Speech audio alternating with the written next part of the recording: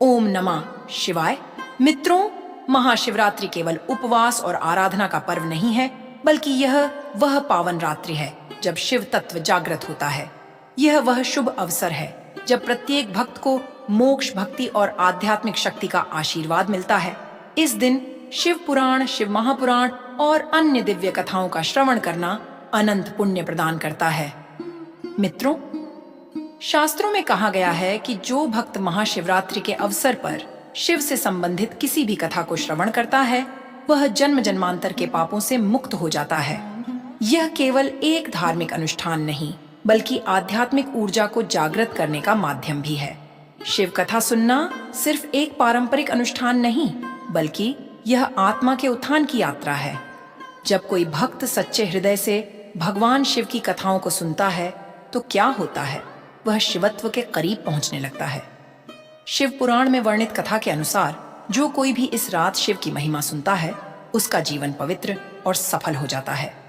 इसलिए इस महाशिवरात्रि पर केवल उपवास और पूजा तक सीमित न रहे, शिव कथा का श्रवण करें, क्योंकि यही वह मार्ग है जो आत्मज्ञान और मोक्ष की ओर ले जाता है। शिवरात्रि की अवसर पर इस कथा में जानेंगे कि एक रहस्यमयी रात, एक साहसी बालक और भगवान शिव का दिव्य संदेश। क्या होगा जब आरव अपनी जिज्ञासा के कारण एक गुप्त गुफा में प्रवेश करेगा? क्या सच में भगवान शिव से उसकी भेंट होगी, या यह सिर्फ एक स्वप्न है? कौन सा रहस्य उसे रात के अंधेरे में खींच रहा है? जाने इस रोमांचक सफर की पूरी कथा। क्या आरव को मिलेगा कोई जादुई संकेत, या यह रात हमेशा के लिए बदल देगी उसकी दुनिया? आइए मित्रों, इस कथा को ध्यानपूर्वक और पूरे मन से सुनना बहुत महत्वपूर्ण है। आधी अधूरी कथा सुनने से महादेव की कृपा अधूरी रह जाएगी। हम आपसे निवेदन करते हैं कि इस पवित्र कथा को पूर्ण श्रद्धा के साथ सुनें और कमेंट में हर हर महादेव अवश्य लिखें।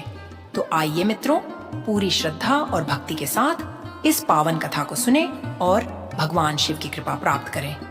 अब कथा को शुरू करते हैं। मित्रों, एक समय की बात है, हरी भरी पहाड़ियों के बीच बसे एक छोटे से गांव में एक जिज्ञासु बालक रहता था, जिसका नाम आरव था। वह बहुत साहसी था और अपने घर के आसपास के खेतों और जंगलों की खोज करना पसंद करता था। आरव अपनी दादी के साथ रहता था, जो अक्सर उसे देवी देवताओं की कहानियां सुनाया करती थीं, विशेष रूप से महाशिवरात्रि जैसी शुभ रातों में जब लोग भगवान शिव की पूजा करते थे। एक शाम जब महाशिवरात्रि पास आ रही थी, आरव की दादी ने उसे वह कहानी सुनाई कि कैसे भगवान शिव ने संसार को बचाने के लिए विष पिया था। वे दयालु और शक्तिशाली हैं। प्रिय आरव, इस रात कई लोग उनकी आराधना करते हैं, उन्होंने खुशी से चमकती आंखों के साथ कहा। आरव ध्यान से सुनता रहा। उसकी कल्पना उड़ान भर रही थी और उसने भगवान शिव को उनके नीले कंठ और सिर पर अर्धचंद्र के साथ अपनी आंखों में चित्रित किया। मित्रों, उस रात जब उसकी दादी सो गईं, तो आरव ने बाहर चांद की ओर देखा और उसके अंदर अचानक कुछ खोजने की इच्छा जागी। क्या होगा अगर मुझे आज रात कुछ जादुई देखने को मिले? उसने सोचा, उत्साह से भरा हुआ। वह चुपचाप अपने घर से बाहर निकला और चांदनी की हल्की चमक का पीछा करते हुए जंगल की ओर बढ़ा। पैर सरसराते हुए गुप्त बातें कर रहे थे और जैसे जैसे आरव गहराई में गया, उसे एक अनजान छायादार रास्ते की ओर खिंचाव महसूस हुआ। यह कहाँ जाता है?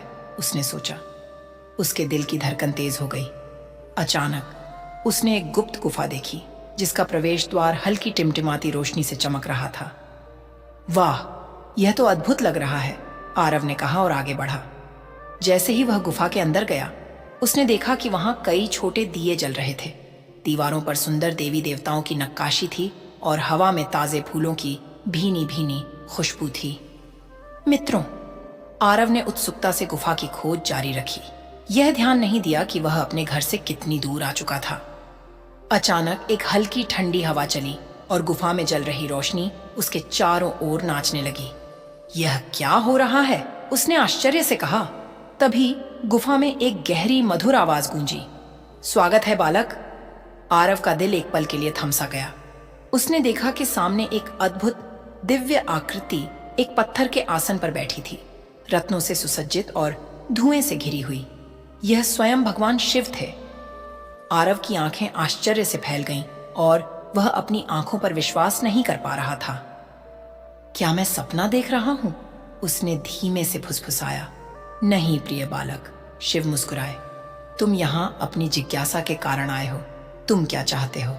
आरव को घबराहट और उत्साह दोनों महसूस हुए। मैं कुछ जादुई देखना चाहता था। क्या आप मुझे कुछ दिखा सकते हैं? उसने कांपती आवाज में पूछा। मित्रों, शिव की आंखों में दयालुता चमकी। जादू हर जगह है मेरे बच्चे।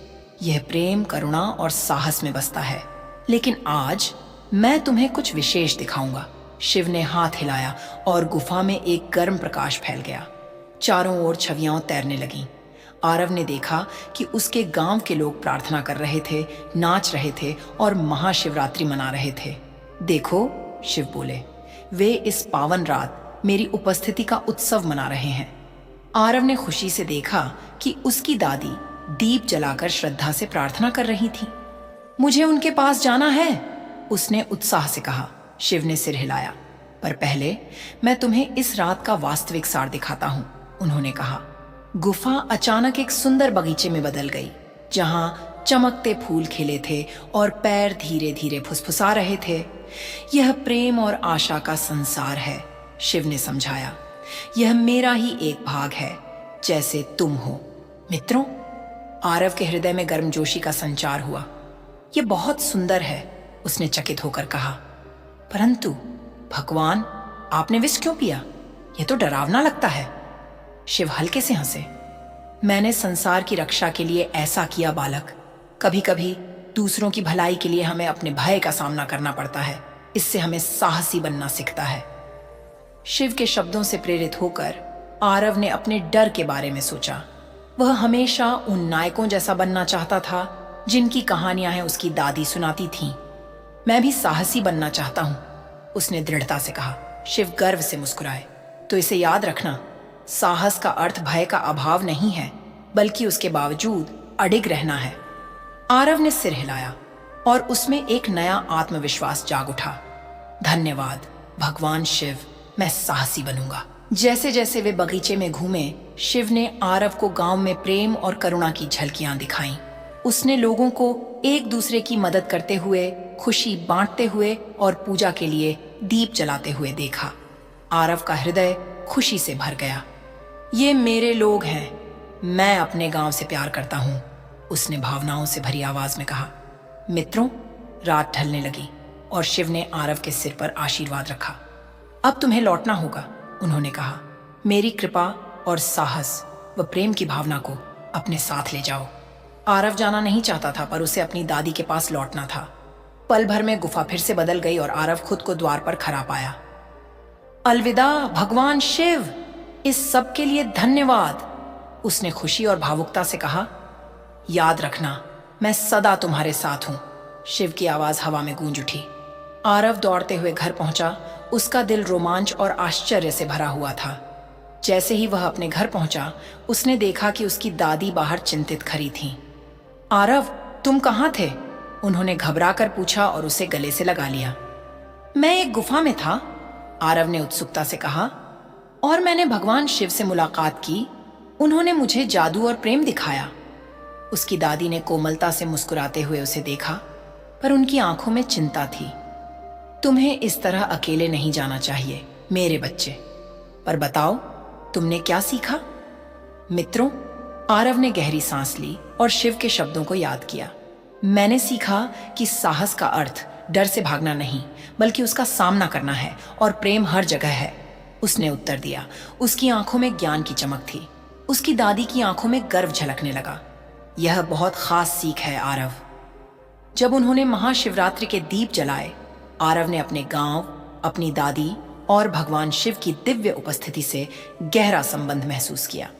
उसने तय कर लिया कि वह हमेशा प्रेम और साहस का संदेश फैलाएगा। उस रात एक छोटे लड़के ने न केवल भगवान के दर्शन किए, बल्कि जीवन की सच्ची जादूगरी, प्रेम और वीरता को भी खोज लिया। मित्रों, इस कथा का सार यह है कि सच्चा जादू प्रेम, करुणा और साहस में निहित होता है। आरव की जिज्ञासा उसे भगवान शिव तक ले जाती है, जहां वह न केवल अद्भुत दिव्य दृश्य देखता है, बल्कि जीवन के गहरे पाठ भी सीखता है। भगवान शिव आरव को सिखाते हैं कि साहस का अर्थ डर से भागना नहीं, बल्कि उसका सामना करना है, और यह कि दूसरों की भलाई के लिए त्याग करना एक महान कार्य होता है। शिव के विषपान का संदेश यही है कि सच्चा नायक वही है जो कठिनाइयों से न डरते हुए संसार की भलाई के लिए कार्य करता है। मित्रों, अंततः आरव यह समझता है कि प्रेम और करुणा ही जीवन का सबसे बड़ा जादू है, और वह अपने गांव लौटकर इस ज्ञान को अपनाने का संकल्प लेता है। कहानी हमें यह सिखाती है कि सच्चा साहस और जादू हमारे भीतर ही मौजूद होता है, बस हमें उसे पहचानने की जरूरत होती है। मित्रों, यह प्रेरणादायक कथा यहीं पर समापन होती है। अब आइए मित्रों, महादेव की शक्तिशाली मंत्रों के नियम और विधि के बारे में जान लेते हैं। महादेव के मंत्र जप के लिए कुछ महत्वपूर्ण नियम और विधियां होती हैं। मित्रों, मंत्र जाप के लिए उपयुक्त समय ब्रह्म मुहूर्त यानी सुबह 4 से 6 बजे सर्वोत्तम होता है, और प्रदोष काल यानी संध्या समय भी उत्तम माना जाता है। मंत्र जाप के लिए स्थान शांत और पवित्र स्थान चुनें, जैसे मंदिर, घर का पूजा स्थान या किसी तीर्थ स्थल पर। यदि संभव हो तो किसी शिवलिंग के सामने या शिव मंत्र लिखी दीवार के सामने बैठकर जाप करें, और स्नान करके साफ और स्वच्छ वस्त्र धारण करें। रुद्राक्ष माला धारण करना शुभ माना जाता है। मानसिक और शारीरिक शुद्धता बनाए रखें। कुश, ऊन या रेशम के आसन पर बैठकर जाप करें। रुद्राक्ष या तुलसी की माला से जाप करें। मंत्र उच्चारण विधि कुछ इस प्रकार है। धीरे धीरे स्पष्ट उच्चारण और श्रद्धा से मंत्र का जाप करें। गुप्त यानी मौन, उपांशु यानी धीमी आवाज, और वाचिक यानी सुनाई देने वाला, तीनों प्रकार के जाप कर सकते हैं। भगवान शिव की शक्तिशाली मंत्रों का जाप इस प्रकार और इसे ध्यान और श्रद्धा से अवश्य सुने। ओम नमो भगवते रुद्राय नमः। ओम नमो भगवते रुद्राय नमः। ओम नमो भगवते रुद्राय नमः। मित्रों, 108 बार या संकल्प अनुसार जाप करें। महामृत्युंजय मंत्र का जाप 11, 21, 51 या 108 बार करने से विशेष लाभ मिलता है। मंत्र जाप के बाद की विधि अवश्य सुने। भगवान शिव को जल, बिल्वपत्र, धतूरा या पंचामृत अर्पित करें। शिव जी के मंत्र का जाप करने के बाद आरती और प्रार्थना करें। प्रसाद वितरित करें और अपने मनोकामना की पूर्ति हेतु प्रार्थना करें। मित्रों, भोजन के महत्वपूर्ण नियम जरूर अपनाएं। भगवान शिव के भक्तों के लिए अनिवार्य है मांसाहार और नशे से दूर रहें। शिव जी का जाप करते समय मन को एकाग्र रखें। जाप करते समय आंखें बंद करके ध्यान लगाना शुभ होता है।